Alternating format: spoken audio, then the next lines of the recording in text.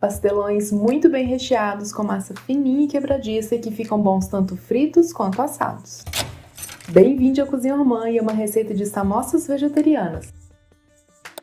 Eu começo com 4 xícaras de farinha de trigo e isso é o suficiente para 8 pastelões grandes, tá? Eu junto 2 colheres de chá de açúcar e 100 gramas de manteiga macia e começo a misturar até a manteiga sumir na farinha. Esse não é o tipo de massa de torta que precisa ficar aqueles pedaços de manteiga, tipo uma farofa, então não preocupa com isso. Em seguida, eu começo a juntar cerca de 1 xícara de água, mas é com a água que a gente dá o ponto na massa, então tem que ir aos poucos mesmo. Eu vou misturando e adicionando a água e misturando até conseguir uma massa coesa. Antes disso, eu deixo a colher de lado e passo a apertar a massa com a mão. Não precisa sovar, fazendo aquele movimento de puxa e dobra, mas também não precisa ter medo de manipular demais. Ela fica bem macia, lisa e sem grudar nas mãos. Se você sentir que ela juntou, mas está muito dura, junta mais um pouquinho de água. Se ela estiver macia para apertar, é porque já chegou no ponto. E a minha estava com a consistência certa, mas antes de ficar lisinha. Então eu não fiquei apertando ela demais para não cansar. Se a sua cansar demais, é só deixar ela descansando mais tempo. A minha eu deixei 15 minutos ali no cantinho, coberta pela própria vasilha. E você sabe que a massa está cansada quando você tenta esticar e ela volta, sabe? Enquanto a minha descansava, eu terminei de ajeitar o recheio. A base é meio quilo de batatas que eu piquei em cubos e cozinhei no vapor. Vale cozinhar na água também, o importante é ela ficar macia para poder amassar. E a ideia não é fazer um purê super lisinho, mas amassar a maior parte dos pedaços para que eles deem mais liga para o recheio. Quando a maior parte dos pedaços já foi amassada, eu junto 250 gramas de brócolis, cozido também. Para quem não tem balança, o volume do brócolis picado é igual ao volume da batata picada. E esse meio quilo de batata foram umas 3 batatas médias. Eu amasso o brócolis com as batatas, mas bem menos. A ideia aqui é mais juntar os dois do que realmente amassar o brócolis. A partir daí, é só misturar os outros ingredientes. Primeiro, um pimentão amarelo, que podia ser vermelho, e que foi picado em cubinhos pequenos. Então, uma cenoura ralada, porque é mais fácil só ralar do que picar em cubinhos e então cozinhar.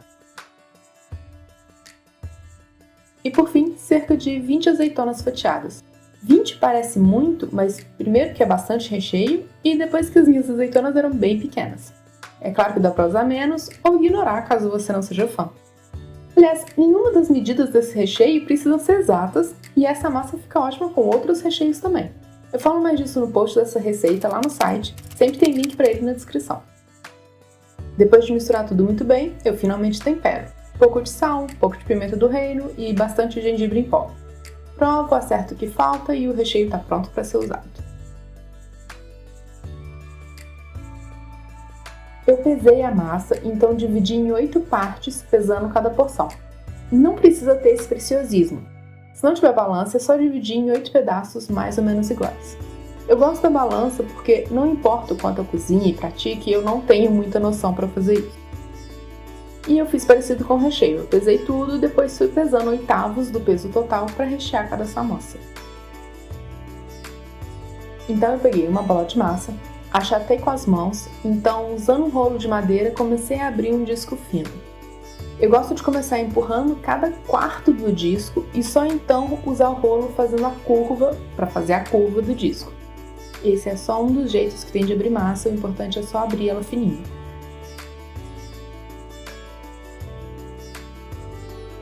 Quando ela já está fininha, eu coloco o recheio no centro do disco, acerto e fecho como um pastel, dobrando ao meio. E sim, parece que é muito recheio, e é mesmo, e parece que não vai dar certo, mas dá. Eu deixo uma borda grande para poder selar a massa. Eu vou dobrando a massa de baixo sobre a de cima, fazendo um babadinho e apertando ele. Deveria ficar mais bonitinho, eu preciso treinar mais a parte estética, mas o importante aqui é selar a massa. E aí, é só fritar ou assar.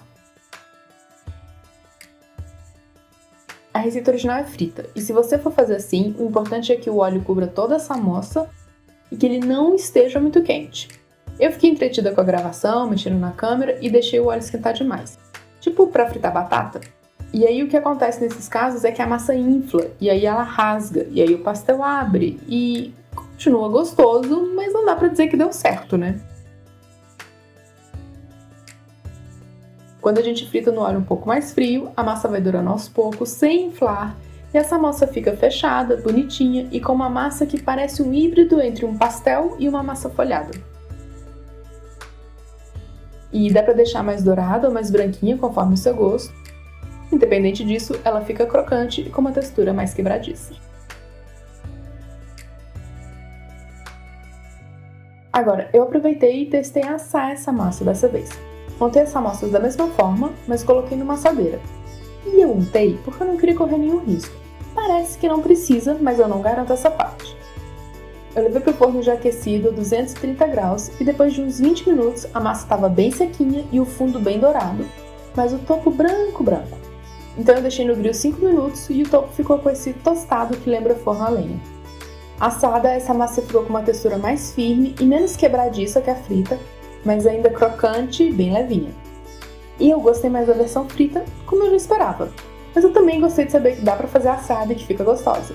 E ambas as versões estão descritas lá no site, lembrando que tem link na descrição, mas se ficou alguma dúvida, é só chamar nos comentários que eu tento ajudar como eu puder. Tchau! Aqui na tela final eu tô deixando 2 receitas vegetarianas que servem como lanche ou que valem por uma refeição. Eu espero que você goste.